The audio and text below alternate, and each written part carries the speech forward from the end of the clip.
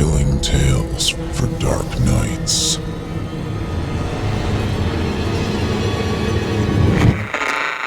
Want to make sure you never miss a Chilling Tales for Dark Nights video again? Be sure to subscribe and hit that bell to turn on notifications. The following interactive performance is a first-round entry in Chilling Tales for Dark Nights' 5th annual Evil Idol voice acting competition. And you, listener, get to help decide who advances to round 2. Voting is simple.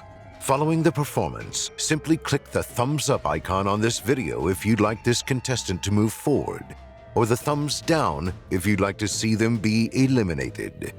Voting on this entry will conclude 1 week after the date of its posting. Thank you, and good luck to all of our contestants.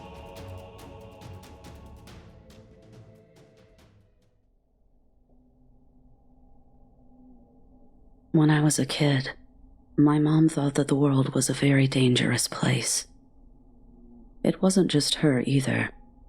All parents seem afflicted with this strange mania that made them believe that around every dark corner, in any shadow, lurked something unspeakable ready to snatch up wayward children that stumbled into its grasp.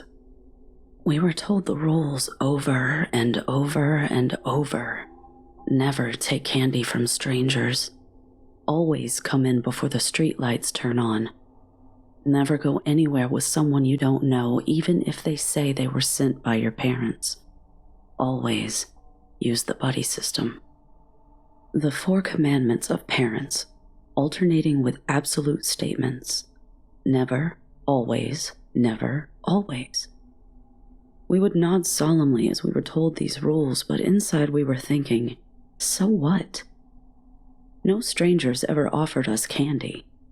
You couldn't see outside after dark anyway. No one tried to convince us our parents had been in an accident, so we should go with them. And as far as the buddy system, that could rarely be verified, so we just came and went as we pleased. We felt like it was parents that made it hard to be a kid, not these countless threats that were, as far as we were concerned, imaginary. I remember a visiting neighbor who told Mom about the newest fad in child abduction, the altered appearance trick. A kidnapper would grab an unattended child in a public place like a market or department store, take them to the bathroom, cut or in some remarkable cases dye their hair, change their clothes, and walk out of the store in plain sight with a brand new child that now didn't match the hysterical parent's description. I thought it was bullshit. Although at 9 years old I'd rather die than use that word in my mother's presence. But she ate it up, her mouth open in terror. Who would do such a thing? She asked the neighbor lady, who wrinkled up her nose and said, "Preverts." I didn't know what a prevert was, but I assumed it was on the same level as strangers, which ranked just below Satan himself on Mom's list of people to avoid. You could practically hear the emphasis in her voice when she said the word. An all-capital letter sort of word. Strangers. Halloween was the worst for parental panic. All those masks, each one covering the face of a potential stranger. All the children in town knocking on every door for a stranger to give them candy. The year the newspaper claimed someone was hiding razor blades in chocolate bars was a total nightmare. My mom dumped out all of my candy as soon as I got home and went through each piece with painstaking, almost obsessive thoroughness, which meant that by the time she was done, it was already bedtime, and I'd only eaten 2 or 3 candies. Another thing I considered bullshit and kept my mouth shut about. But the summer I turned 10, kids started getting sick. Not all at once, just one here, one there. We were all on summer vacation, so the first assumption was there was a nasty stomach bug going around, jumping from kid to kid as we attended each other's birthday parties and swimming pools. None of my friends had gotten it yet, but from what I heard in our children's version of the grapevine, it started with vomiting. Lots of it. Then fever, sweating, followed by hallucinations. These kids babbled crazy stories until their fever subsided. Then they were fine. Well, mostly. The part the parents didn't tell each other, but we kids did, it was the best bit, the jump scare at the end of a campfire story, was how the ones who got sick were so quiet after. Different. A lot of them even claimed what they saw in their fever dreams was real. One boy, Tommy Anderson, supposedly spent 3 days begging his parents to believe that a 6-headed dog had chased him all the way home the first day he got sick. When they ignored his pleas and instead drilled him about where he'd been before his panic dash to the house, Tommy clammed up, probably to avoid punishment for breaking the buddy system commandment. The kids who'd been there to visit after he got better told anyone who'd listen how he barely said anything while they were there, just stared at his bedroom wall with dead eyes. There were other stories, other kids who got sick, but after a while it was just boring. It all went the same way, like when classmates came down with chickenpox. The first few were new, rare, and exciting, but after the 7th kid started barfing and ranting about snakes slithering across his ceiling, it was old hat. Summer was too full of promise to worry about some dumb virus that hadn't touched you yet. It was mid-August when I broke the buddy system commandment myself and headed to Main Street, the pocket of my jeans shorts full of pleasantly clicking coins. I'd spent a few days collecting Mom's change from the various places she left it. Kitchen counter, on top of the dryer, between the cushions of the couch, and I had some big plans for the few dollars I'd managed to scrape together. I cut through the neighborhoods like a street-smart tomcat, shaving minutes off my trip, whistling a tune and jiggling my pocket so the coins made a cheerful accompaniment. A field, a few alleyways, and I was at my destination, the Cherry Pop Candy Shop. The Cherry Pop Candy Shop was a staple summer destination. Its jolly storefront seemed to shout at you from between the other bland brick businesses. Come in, come in, come in. The glass door proudly bore a hand-painted logo, all fire engine red and sunshine yellow, with giant juicy cherries replacing the O's in pop and shop. I admired it as I always did when I pushed the door open that day in August, the bells above my head tinkling their announcement of my arrival. Behind the counter, Stanley grinned at me. "Thought I'd be seeing you here soon," he said jovially. "Been setting aside some candy necklaces just for you, Wendy, my dear." Stanley was nice. He owned the Cherry Pop Candy Shop, and he always remembered what sweets we liked best. Candy necklaces were my favorite. I'd eat them straight from around my neck until nothing was left but damp, limp string. I had to save up. I jiggled my pocket again so he could hear the coins clinking together. "Mom's been stingy on the change this summer." "What? Don't you do chores for allowance?" Stanley leaned his elbows against the counter and surveyed me briefly. "Mow the lawn or something. We got lots of rain in June. Grass is sprouting up something fierce." I was only halfway listening to him, my attention now on the jars of candy on display like cases of bright, glittering jewels.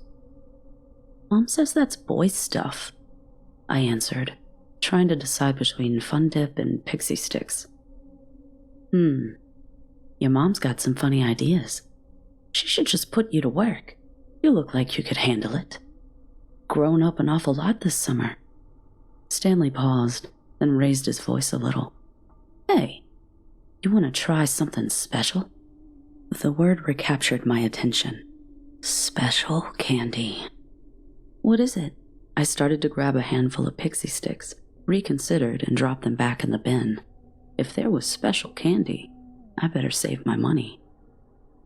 "I already said, it's special." Stanley took out a key from his pocket and unlocked a drawer beneath the counter as I approached. He cast a quick glance at the door. "Now, If I give you a piece of this, you have to promise not to tell anyone else. It's unreleased, straight from the Mars Candy Company. If they find out I'm giving out free samples, they'll have my hide." "I won't tell," I said immediately. His hand was still in the drawer, grasping something. He was scrunching up his face at me, trying to decide if I was trustworthy enough. "I don't know, Wendy. I hear from the other kids you can't keep a secret. Well, they say you're a blabbermouth." "Who says I'm a blabbermouth?" I demanded. "That's bullshit." As soon as the word popped out, I was mortified. I'd said a curse in front of a grown-up. It was nearly as bad as if it had been my own mother. I clapped my hand over my mouth in horror. Stanley started laughing. Not a polite little laugh either. A full-on belly laugh that almost had him bent over. "Okay, Wendy, okay," he chuckled. "I believe you. Such conviction. I hope I never get on your bad side. You're going to be a hard lady to handle someday." I wasn't quite sure what he meant, but he was pulling the special candy out and locking the drawer again, and that's what mattered. Stanley set it on the counter in front of me with the flourished presentation of a stage magician. Ta-da! It was a row of little circular discs, pastel-colored, pale pinks and greens and yellows. The packaging was plain, clear plastic, no logo. The ends were twisted so it couldn't fall open. It was generic, boring, and I felt like I'd seen it before. What a letdown. "Those are just Smarties," I said at last, my voice thick with disappointment. Stanley shook his head earnestly. "No, there's so much more than that." He delicately took the end of the packaging and began to untwist it. He dumped 4 of the candies into his hand and held his palm out toward me. "Try them. I promise. They're fantastic. And you'll be the first person in town who got to eat them before anyone else." That got me. I wouldn't brag about it, of course. Stanley had sworn me to secrecy, and I'd rather die than be a blabbermouth like the other kids said. But I was never first at anything, so I scooped the 4 candies out of his hand and dropped them greedily into my mouth. They were sweet, almost cloyingly so. My teeth ached as I chewed. I was once again disappointed to realize their texture was powdery soft. Even with their extra sweetness, these were definitely just repackaged Smarties. But Stanley was smiling at me. A big, wide, eager smile. And I couldn't tell him the truth, that I thought someone had ripped him off. "They're really good, Stanley," I said, feigning enthusiasm. "Wow, I mean, for real. Super sweet." Stanley's grin grew wider. He nodded. "Good, good. Do you want some more?" Before I could respond, he had dumped more of them into my palm. I ate them obediently because he was just so excited, so pleased to share this special secret candy with me. And like I said, I was never first at anything. I hoped he wouldn't give me any more, though. I was starting to feel sick. "Really good," I said again. I smacked my lips, trying to get the sugar-sweet taste off of my tongue. Do you think I could have a glass of water?" Stanley's grin faded. His mouth turned down at the corners. "You didn't like it," he said sadly. "My special candy, you didn't like it." "Oh no," I said, stomach rolling. "I did. I liked it a lot, but I just want..." When I said the word want, a sudden jet of vomit burst out of me like hot lava. At the last second, I had the sense to bend down and put my hands on my knees. The puddle of sick landed between my feet on the floor. A long moment of silence went by. "Oh, look at that naughty girl," Stanley murmured, almost to himself. I'm sorry. I heaved again, but nothing came up. My face was burning with embarrassment. I hadn't been sick in public like this since I was 4 and caught the flu during Christmas. I'd spent most of the holiday in my grandmother's living room with a bucket, weeping because I couldn't play with my presents. Well, I can't have anyone else in here with that nasty mess on the floor. Bad for business. Very bad. Stanley left his spot from behind the counter and swept past me, clicking the lock on the front door. He flipped the open sign to closed and turned back to me with his hands on his hips. Now who'd want to buy candy with that nasty mess on the floor, Wendy? I'm sorry, I said again. I was near tears, but to cry would cost me the last shred of my dignity, so I held it back, as well as the urge to vomit again, and met his gaze pitifully. Can I have some ice water now, please? Stanley sighed as though this were a ridiculous request. Come with me. I have some ice water in the back, nice and cold. Should help. He took me by the hand and began to lead me past the candy counter. I stepped clumsily over my pile of sick and followed him, begging myself not to throw up anymore. Stanley pushed open the swinging door between the store and his back office, pulling me inside. I tripped over my own numb feet and jerked out of his hold to stop myself from sprawling on all fours. When I looked up at the room, everything was wrong. What I expected to be some kind of office was a nearly empty room. Sterile. Just a few broken candy crates in one corner. The walls were dull gray cement, but they seemed to be melting, oozing. And the door he was leading me to was impossibly small. A door meant for dormice that was pulsing like a languid heartbeat. I can't fit in there, I mumbled, my tongue thick in my mouth. Sure you can, Stanley insisted as he reached for my hand again. Come on, I'll get you some water, just like you wanted.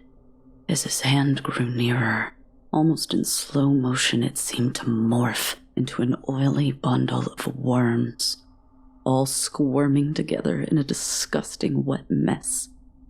I could feel my face pounding with red-hot heat. Sweat had begun to prickle on my forehead and under my arms. Don't touch me, I screamed, backing away. I didn't want to bump the walls because I was sure they would make me melt too. I didn't want the worms to wrap around my wrist in their slimy grip. I didn't want to have to force myself through that terrifyingly tiny door. I saw Stanley make another move toward me, but now his face was long, drawn, pointed in all the places it shouldn't be. His eyes narrowed to evil little slits. I shrank from him, knowing if he touched me, I would shatter into 1,000 painful, jagged pieces. I want my mom. I'm not sure how much of that was really what I said. I just know it's what I was thinking, over and over. I want my mom. I want my mom. Your water's in there, Stanley said, pointing one wormy finger back at the impossibly small door. Don't you want a glass of water? I want my mom, I thought again, and then I was flying, barreling through the swinging door back into the cherry pop candy shop. Stanley shouted for me to stop, but his voice became a thundering waterfall, a rushing torrent that broke bones over river rocks. He reached for me and missed. I scrambled past the counter to the front door. Stanley was behind me, wormy hands and waterfall voice. He got close but forgot about my puddle of sick on the floor and slipped in it, losing his footing, going down. I couldn't get out. I was pushing at the door and it wouldn't open. My hands beat uselessly at the glass until I remembered the lock. With surprisingly deft fingers, I turned it and launched myself into the outside world. The sun burnt my eyes, and my whole body was throbbing with an almost unbearable heat. But I ran, I ran aimlessly down Main Street, knowing that if Stanley touched me, it was over. I would simply burst, and there would be nothing left of me. I don't remember much beyond that. I'm told I fled screaming down the road, begging people for help, telling them I was on fire and that the candy shop owner was made of worms. It was my escape that made it possible, that connected the previously scattered pieces of the puzzle. The memory loss, that was a pretty common side effect. Most of the other kids couldn't remember where they'd been when they first got sick. Either that or they wouldn't tell. Turns out I wasn't the first kid in town to try the special candy like Stanley said. I told you, I'm never first at anything. Turns out I was right. They were just Smarties. Smarties soaked in liquid LSD. He'd started out careful, only giving a piece or two to select children, spacing them out over the course of weeks so as not to draw suspicion. Then he couldn't stop. By the time I walked into his shop that day, Stanley was giving out triple the dose he'd started with. Mom refused to tell me what happened to the other kids, the ones who went through that door that I insisted was tiny. Too tiny for anyone to fit through. Whenever I asked, she just told me I was lucky, luckier than the rest. She said it like it was a good thing, but she always got upset when I brought it up, turning her face from me to hide the fact that she was crying. The 4 commandments of parents had failed her, and she knew it. Never take candy from strangers. But Stanley hadn't been a stranger. That was the problem. He was the candy man, and he was supposed to be safe. To this day, I wonder what was behind that door. How he got the other kids through it. What he did to them back there. And to this day, I can't eat sweets. Thank you for listening. I'm your host, Steve Taylor, reminding you that if you haven't already, don't forget to cast your vote for this contestant via either a thumbs up or a thumbs down vote, and help decide who becomes the next evil idol. Until next time, turn off the lights and turn on the dark. Chilling tales for dark nights.